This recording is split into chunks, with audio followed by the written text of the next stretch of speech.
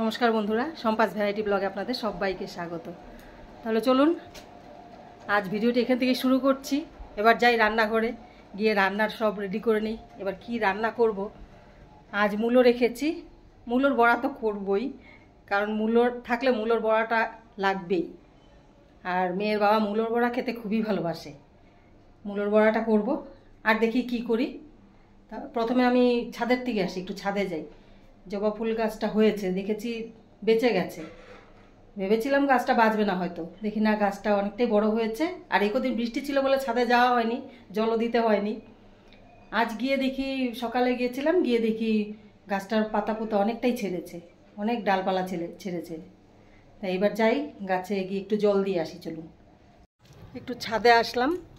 একটা গাছ লাগিয়েছিলাম, জবা ফুল গাছ একটা লাগিয়েছিলাম, পাতা ছাড়ছে দেখিয়েছিলাম, এখন অনেকটাই বড় হয়েছে।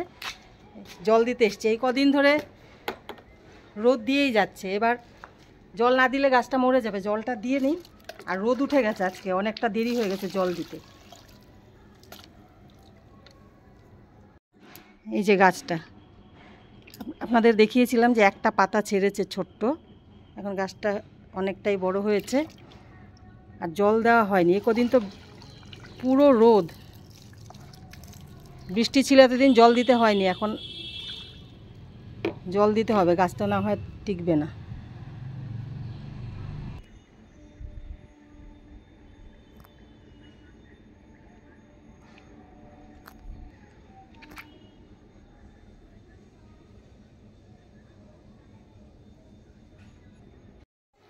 রান্নাঘরে চলে এসেছি।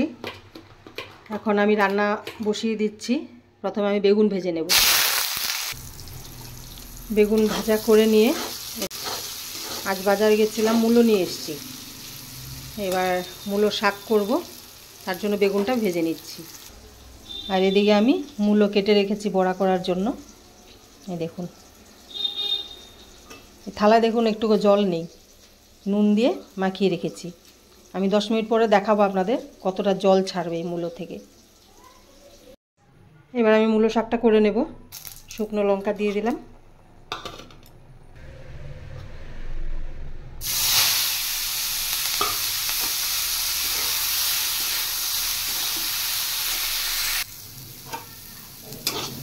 শাক হয়েই গেছে, এবার ভেজে রাখা বেগুনটা দিয়ে দেব। এই শাকটা আমার মেয়ের বাবা খেতেই চাইতো না, মূলো শাক দেখতেই পারতো না। এখন আবার খুব ভালোবাসে মূলো শাক খেতে। শাকটা হয়ে গেছে, নামিয়ে দেব। এবার রান্না করব মেথি বেগুন। বেগুনগুলো আমি এইভাবে একটা গোটা বেগুন নিয়ে আধা ফালা করে নিয়েছি, আর পেছনে এভাবে ছোটো একটু একটু করে কেটে দিয়েছি। এবার আমি এগুলো ভেজে নেব, সব বেগুনগুলো। তেল গরম হয়ে গেছে, এবার আমি বেগুনগুলো ভেজে নেব।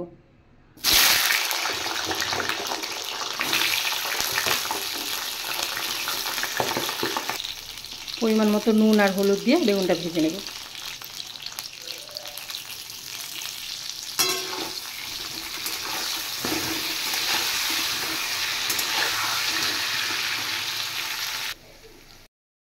বেগুনগুলো ভাজা হয়ে গেছে, এবার আমি এগুলো নামিয়ে দেব। এবার আমি দিয়ে দেব মেথি।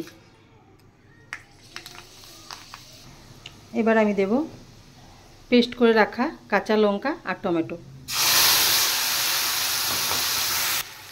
এবার দেব পরিমাণ মতো নুন আর হলুদ।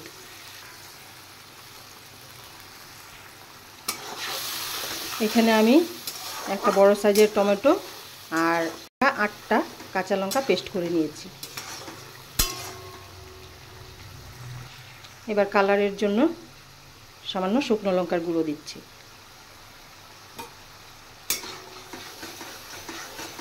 দেখুন কালারটা কি সুন্দর চলে এসছে। মশলাটা ভাজা হয়ে গেছে। এই রেসিপিটা রান্না করতে একদমই সময় লাগে না, একটু সময়ের মধ্যে হয়ে যায়। একদম সিম্পল রেসিপি, আর ওরকম বেশি কিছু মশলারও প্রয়োজন নেই।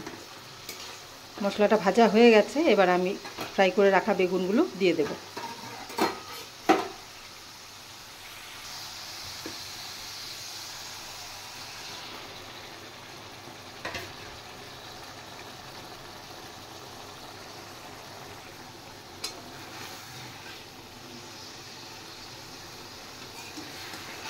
একদম আস্তে আস্তে নাড়তে হবে, নাহলে বেগুনগুলো ভেঙে যাবে।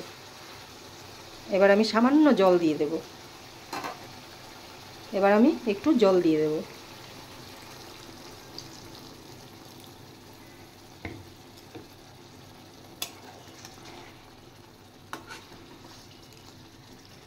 আমার মেথি বেগুন রেডি।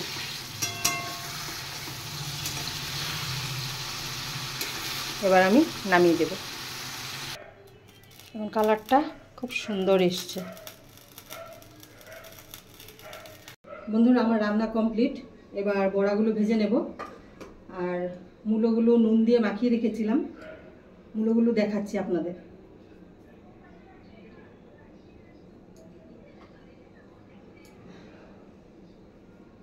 এই দেখুন, এই যে গলার হার, মূলোর গলার হার পরেছি, কি সুন্দর লাগছে দেখতে, দেখুন। এবার এটা আমি বেসনে ডুবিয়ে, বেসন হোক বা চালের গুঁড়ো হোক, বেসন বা চালের গুঁড়োতে ডুবিয়ে আমি এগুলো ভেজে নেব। খুব সুন্দর লাগছে দেখতে। এবার চলুন তাহলে এগুলো ভেজে নিই। বড়া ভাজার জন্য আমি নিয়েছি এখানে বেসন, এখানে নিয়েছি সুজি, আর এখানে নিয়েছি সামান্য আটা। এবার আমি নুন আর জল দিয়ে এটা গুলে নেব।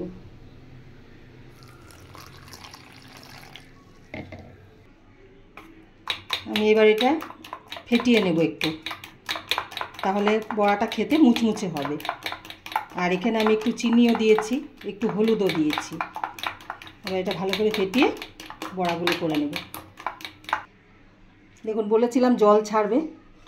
এই দেখুন মূলোর থেকে কতটা জল ছেড়েছে। নুন দিয়ে মাখিয়ে রাখলে জলটা ছেড়ে যায়।